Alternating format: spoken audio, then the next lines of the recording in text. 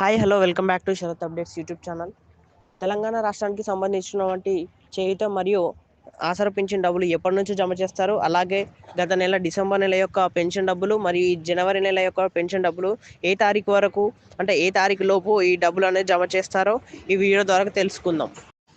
దీనికి మీరు చేయాల్సింది ఒకటే, వీడియో పూర్తి వరకు చూడడం, అలాగే వీడియోని ఖచ్చితంగా లైక్ చేయండి. లైక్ చేస్తేనే వేరే వాళ్ళకి కూడా మన వీడియో వెళ్తుంది, వారికి కూడా ఎంతో కొంత సాయం చేసినట్టు అవుతుంది.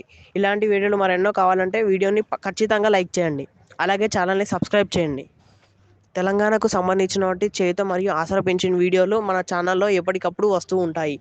కాబట్టి మన ఛానల్ని సబ్స్క్రైబ్ చేస్తే నేను పెట్టిన వీడియో మీకు నోటిఫికేషన్ ద్వారా వస్తుంది.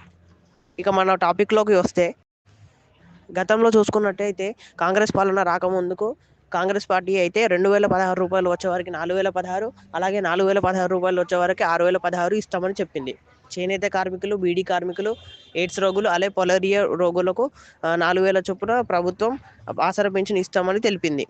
అలాగే దివ్యాంగులకు 6000 చొప్పున ఇస్తామని ప్రభుత్వం తెలిపింది. దీనికి సంబంధించిన పూర్తి జాబితా వివరాలు తెలంగాణ రాష్ట్ర ప్రభుత్వం అధికారులకు అప్పచెప్పినట్టు తెలుస్తుంది. అధికారులు ఆ వివరాలన్నీ సరిచేసి ఫిబ్రవరి 2వ వారంలో ఈ చేయూత మరియు ఆసరా పెన్షన్ 2016 రూపాయలు, 4016 రూపాయలు, 6016 రూపాయలు ఇవ్వడానికి ప్రయత్నిస్తున్నట్టు ప్రభుత్వం తెలిపింది.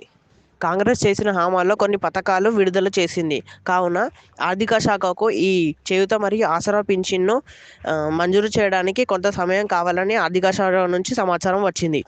ఈ ప్రక్రియని చూస్తుంటే తెలంగాణ రాష్ట్ర ప్రభుత్వానికి కొత్త బడ్జెట్ రాగానే ఆ కొత్త బడ్జెట్ నుంచి ఈ కొత్త పెన్షన్ను మంజూరు చేయబోతున్నట్టు తెలుస్తుంది. ఇంత సమయం ఎందుకంటే ఈ కొత్త పెన్షన్ పెంచడం ద్వారా 43 లక్షల మంది లబ్ధిదారుల నుంచి 65 లక్షల మంది లబ్ధిదారుల వరకు పెరుగుతున్నారు. సో ఇలాంటి సమాచారం కోసం మన ఛానల్ని సబ్స్క్రైబ్ చేసుకోండి.